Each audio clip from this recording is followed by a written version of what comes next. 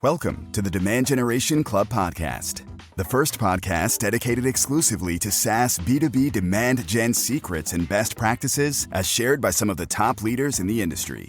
This podcast is brought to you by SaaS MQL, the account-based marketing agency that helps SaaS companies land six-figure deals with highly targeted campaigns by combining intent data, automation, and a proven methodology. SaaS MQL can help your company generate millions of dollars in sales opportunities within just a few months. To learn more, go to saasmql.com. Erik, it's great to have you on the Demand Generation Club podcast today. Thank you so much for joining us. Hey, thank you so much. So let's begin right away with a little more about you and your background, and what is your career trajectory to then become the head of growth at Onclusive. Appreciate it. Thank you. A bit about myself. So I graduated in 2007 from Union College and almost immediately moved to Texas, where at that point, just was looking for any role that I could get in marketing, for better or worse. I ended up landing a job at a digital marketing agency here in Austin and spent my first 7 years there. And just to kind of touch on a couple of, I guess, highlights or lowlights, whatever you want to call them. But basically on day one, I was given about, I think, a 10-person client roster. And we at that point were offering primarily search engine optimization and like analytics type services. So with very little experience, kind of had to learn on the fly.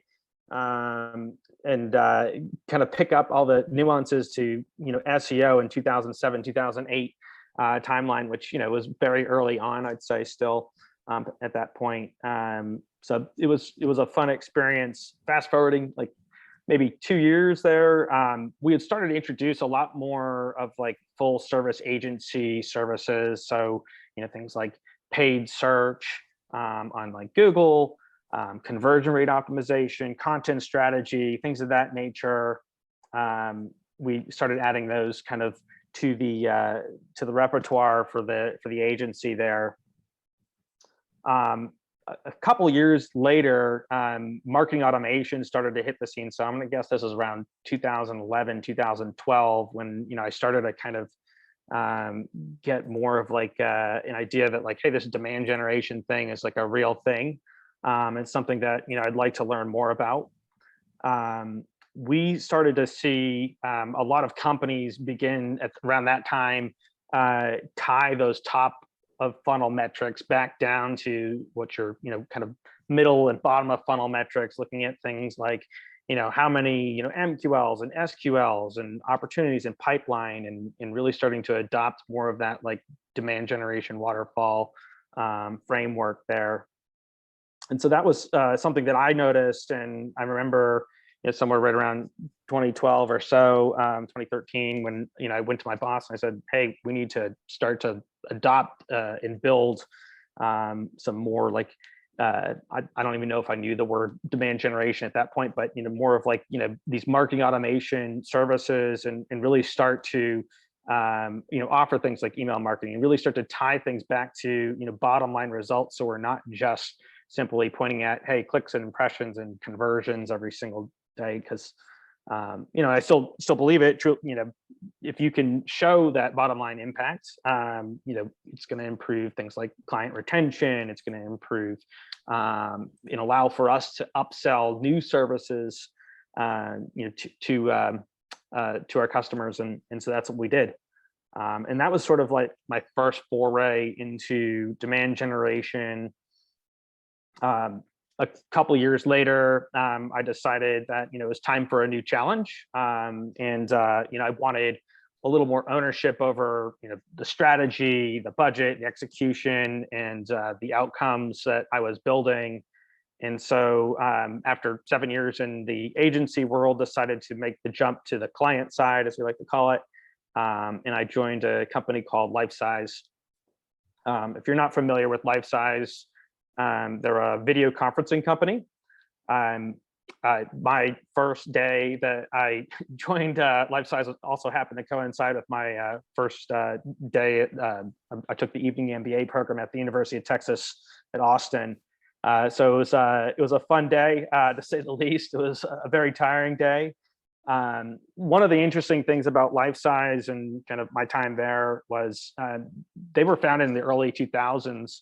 And in the early 2000s, there really wasn't such a thing like cloud video conferencing software. It just wasn't a thing. So, how video conferencing was done, effectively they had on-premise servers that would talk to on-premise servers somewhere else, right? And that's how they would transfer that video signal. And I'm really oversimplifying this. I'm sure some of the folks that were on the hardware side are gonna haze me here now. But what I'm getting at was when I joined Lifesize, not only had they just been, not only had they just launched their new cloud software, but they were now like rethinking what their go-to-market strategy was going to be like, because now they were becoming a SaaS company, and demand generation had always been a big piece of their go-to-market strategy, but they did not have any brochures, one sheets, any information like even publicly available on their website when I joined the company about their cloud video conferencing software that they had just released. In fact, we had, I think, one customer at the time that was on there. Luckily enough, they had a pretty big historical customer roster. And so we spent a lot of the next couple of years there basically farming that and helping to move people from kind of that traditional on-premise video conferencing type hardware and replacing that with the Lifesize cloud video software. And on top of that, we were adding to that top line funnel as well. So it was a lot of fun, and definitely one of the highlights of my career. Just to fast forward a bit more here, I had a former client of mine from my agency days that reached out to me, and while I was at Lifesize, and she came up to me and she said, like, "Hey, listen, like, we're recruiting for a new director of demand generation role. This is going to be a global role." Her company had been acquired in a slew of mergers and acquisitions over the course of about a year by a publicly traded company out of Sweden called Intellecta. And they had built this 450 person digital agency that primarily built enterprise level digital solutions on different CMSs like Sitecore and Drupal and WordPress, et cetera. So they had built this pretty big team, but they didn't have anyone leading marketing, and they really had like almost no inbound leads for this brand new brand. And so she reached out to me. We started talking, and decided it was the right time to make the move. And so I joined FFW, and that was probably the from an international perspective, the most international company that I had been in. At that point, we had folks in, I think it was like 25 different countries or something like that. It was pretty internationally distributed, to say the least. So it was a lot of fun. Came on board there again to lead demand generation, but being effectively the first marketing hire across all of these agencies. I was responsible for a pretty wide variety of functional areas, everything from sales operations. I remember I merged 7 different CRMs into one instance of Salesforce. Marketing operations. We merged, I think, 3 or 4 different marketing automation platforms when I first joined. Content strategy, you name it. And so in what was in 2019 that you joined Onclusive, right? Yep. 2019, so I joined Onclusive. Yep. What does Onclusive do? What's the platform? Yep. So Onclusive is effectively a VC-backed SaaS startup that has a pretty advanced media monitoring and PR analytics software that effectively scrolls through millions of pieces of content daily and leverages AI to better understand the sentiment of any piece of earned media that gets published about your brand or a topic that you care about, keyword, etc. And can you tell us more about your role there? You are currently the head of growth. So are you, what part are you in charge from a growth perspective? Yeah, that's a good question. And, I feel like the definitions kind of changed over the last few years a bit, but the way that we've defined it, effectively, most of the marketing, as well as the sales development piece, rolls into me. And similar to what I mentioned with FFW, we're fairly early, and I guess we're a Series C startup here, so we leverage a lot of contractors in addition to kind of augment the team where we don't have a full-time hire in place. Perfect. So I would like to ask you a little bit of a specific topic, because I really like your experience, in particular, from an agency perspective and some of the previous experience that you have. But you have dealt with a lot of internationalization and expansion internationally of your team and your demand generation. So I would like to discuss about some of your advice for a company that wants to expand their demand generation, their growth strategy internationally. And so how do you build a global demand generation strategy? Sure. You have experience with countries like Germany, France, Denmark, UK, Sweden, Australia, and many others. So my first question for you would be, when you're ready to expand, how do you choose the right country to begin with, to prioritize? Yeah, and that's a great question, and I'm sure the answer is not going to be right for everyone, but I'll give you a couple of I guess anecdotes from my time and what I've seen be most successful. First, I would say you want to look at obviously the market size and the readiness of the market, and my anecdote that I'll provide, looking at FFW in my time there, we were building enterprise level digital platforms effectively on like Drupal and WordPress and other CMSs, and so we did a lot of analysis around that market and where they stood from a digital maturity perspective, and if they were even ready for something that was as complex as what we had to offer at the price point that we had to offer as well. The second piece that I would suggest, and this is a really, really important one, and maybe it should have been ordered differently, but make sure that you have the right person on your team that really understands the market and can provide you with a lot of insights as to some of like the local nuances. So that's another super important one. Perfect. So let's say you have chose the first country you want to expand to. What are some best practice here? Because I know there are some common mistakes and maybe things that you've seen in the past. What are your advice here to do it right?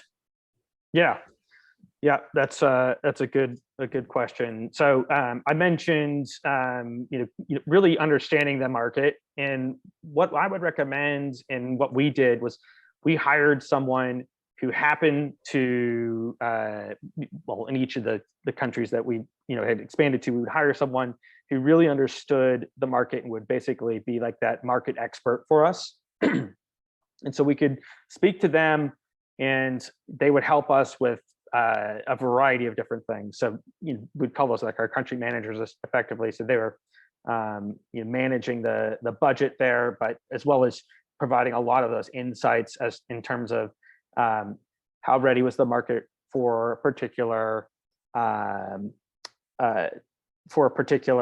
product, thinking about things like how to go to market there, connecting us with potential customers so that we could do interviews and better understand what some of the problems were that they were facing.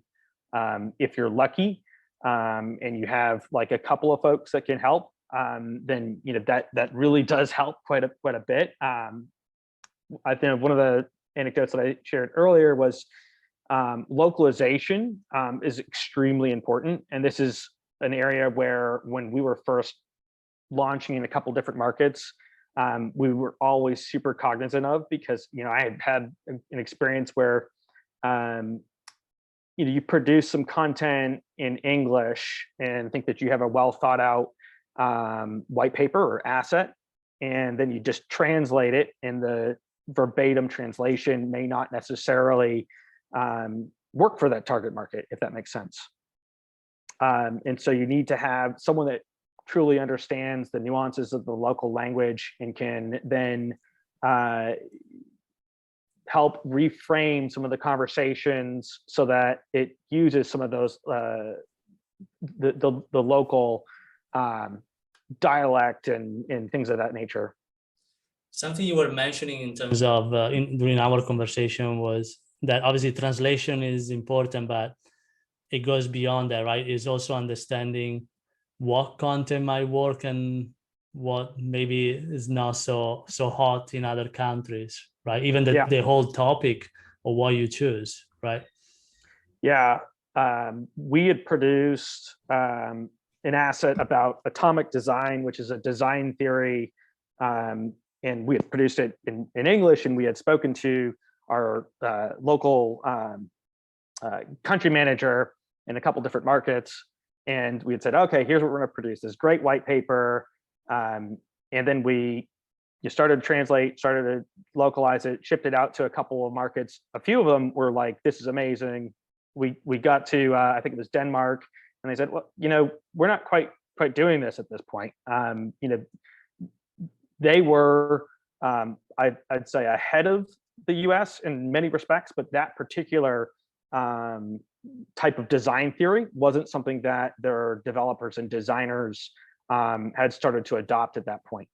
And so that one kind of fell flat on its face, and it's obviously something that you kind of pick yourself up, dust yourself off, and you learn from it. And then next time, okay, I need to pick my topics a little more carefully when you're trying to build, a global marketing campaign. What I saw also differently is how in general people react to different channel, for example, or different type of content. I remember when we did a webinar in Japan.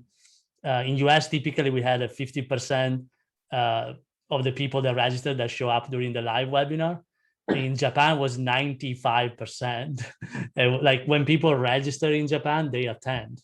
They don't just watch the recording. Wow. I don't know if you had a similar experience with different behavior than what we expect in the US. Yeah, absolutely. I mean, one of the things that I recognized when we were moving into these different markets was you definitely need to test your channels, because some countries, they have their blinders on for certain channels versus others. And so, a good example is, I'd say, the US and the UK market. When we were launching ads on Google or LinkedIn, they would react relatively similarly within a couple percentage either way to those ads in terms of things like cost per acquisition and clicks, impressions, and things like that.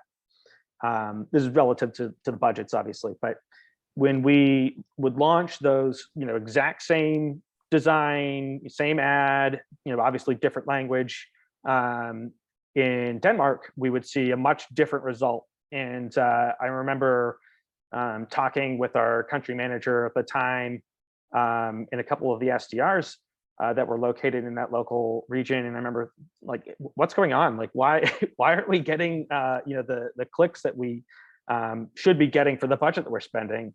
Like, it's the same target, it's similar titles, obviously within the translation there. But what I realized was, in that instance, we were just using the wrong channel entirely. In Denmark, they just don't respond as well to ads as they do other forms of marketing.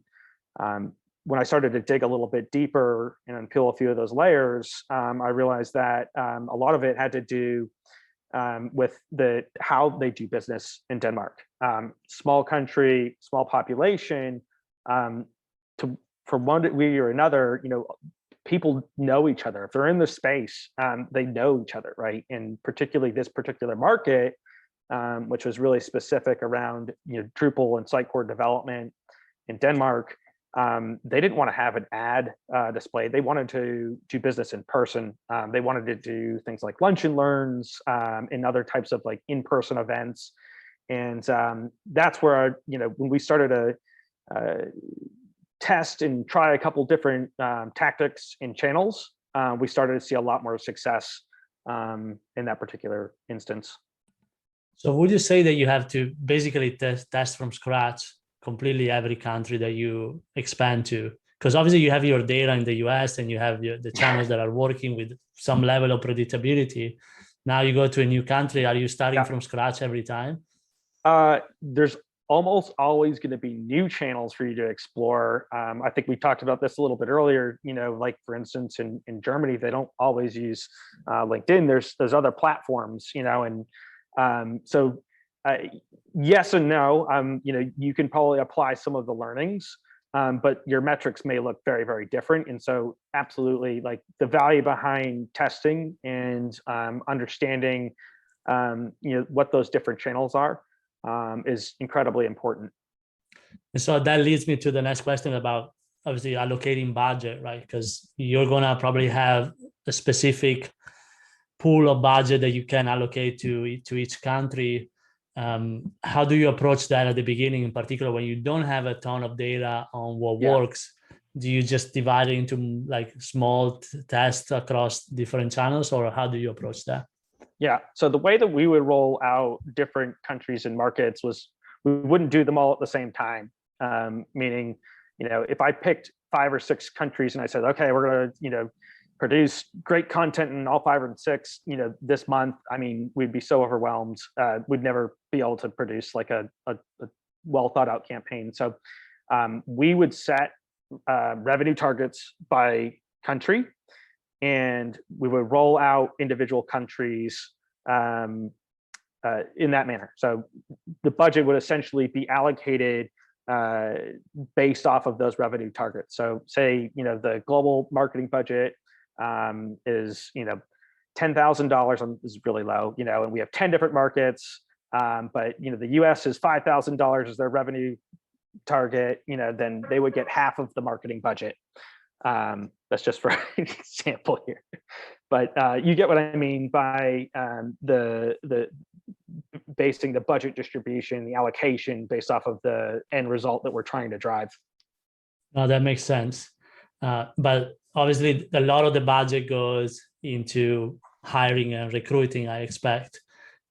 How does forming a team works? Like, do you always have a country manager first that kind of helps you laying the ground into the new country?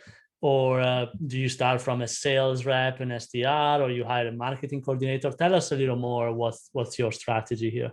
Yeah. So our strategy then was we would almost always start with a country manager, and they could help, put the footwork down, understand the market, hopefully find, and this didn't happen in every market, but if we were lucky, we had, a big enough market, for instance, like Germany's a giant economy, right? So we would always have, in those instances, someone that could help us from like an HR perspective as well. There's also a lot of challenges, obviously, and I'm not even going to get into it, but like legally speaking, when you're opening, a new market and you're trying to hire people, there's a lot of hoops to jump through there as well, which I probably should have added that earlier, but that's another good one to keep in mind when you start to kind of go down that road. And so from again the team perspective, you're running the campaigns. Obviously, you're holding. So I think you mentioned that having an SDR helps a lot at the beginning as kind of one of the first hire. What else do you think you need at the beginning to really get that country off the ground? Yeah. SDR was almost certainly always one of the first hires that we would choose because they would be speaking directly to the prospects. They would be, whether that was through inbound or outbound or a combination of both. They were calling and emailing and, getting a better understanding of what was on their mind, and they could relay that information to us, meaning myself and the rest of like kind of the team that was helping to produce the marketing campaign and helping to produce the content. They were also responsible for those inbound phone calls, those inbound emails, contact forms. They're responding, as those come through. And so without them, they were a pretty essential part of the business from that perspective. Outside of that, from a content perspective, that's always kind of the next big hire in a market, because there's a lot of things that you can do without maybe knowing the language, but writing content is not one of them. So that was always a really important hire for us. From a technical perspective, instead, do you, I don't know, for example, on your website, do you translate each page into the new language and start having a section there, or you just create landing pages? And also your marketing automation, how do you start segmenting the context based on language, countries, etc.? Yeah. And we didn't even get into GDPR as well, which is another topic. But so from the website perspective, and it was not like a verbatim one-for-one for us in each country, for a number of different reasons, but we would effectively have on the same domain, but a different version of the website, and based off of where someone was visiting the website from, it would hopefully serve up the right experience for them based off of their local language selections. So sorry, and then the second question on the marketing automation, like how do you segment your database and your email campaigns, everything? Yeah, that's a really good question. Again, it was based off of the country information that generally was provided to us. When someone, say, for instance, fills out a form, obviously we have all the great GDPR rules and regulations in place there that we had to comply with. And so they were offering up whether or not they wanted to be contacted if they were coming from a particular country and things of that nature, which we had to capture. Excuse me. Yeah, GDPR added some fun layer of complexity on top of what's already complex. Yeah. Awesome. I think these are great points that you raise. And I know a lot of companies that are trying to expand, and UK is usually the first step and is a little easier, but then you go into the more challenging one where the culture tends to be different, obviously, from US. And I'm from Italy, and I can see quite a bit of difference already there. Cool. I want to close this interview with a question that I really like to ask is, in your current role as a head of growth at Onclusive, what is one thing that is really top of mind for you right now? Something that keeps you up at night that you're trying to solve, or one opportunity that you really want to leverage? And that's a great question. Again, I think probably the biggest one, being kind of the young startup, is brand recognition. And there's a couple of very large, either publicly traded or formerly publicly traded companies that we go up against, and that always comes up in every single deal that we go into. And every single conversation that we have with the sales team is like, hey, how can we be better known? And we think that we have the better technology, but we don't necessarily have that brand recognition yet. And so that's one of the things that it's a tough one to solve when your budgets are much smaller, but certainly one that keeps me up at night. It's like boiling the ocean at the beginning. You're trying to go against some companies that have really hefty budget, and you're trying to get the same level of recognition with much smaller pool of money. Yep. Cool. Well, Erik, this was really great. Thank you so much again for taking the time and joining this episode. I really enjoyed the conversation, so thanks again. Thank you. Appreciate it.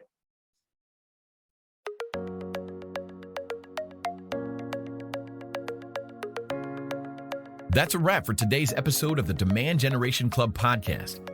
If you're curious about how we're landing enterprise deals and unlocking millions in recurring revenue using account-based marketing and integrated direct mail campaigns, check out our website, saasmql.com. That's SAASMQL.com. We share tons of content every week on tried and true strategic ABM initiatives that actually generate pipeline from enterprise accounts. Thanks for tuning in.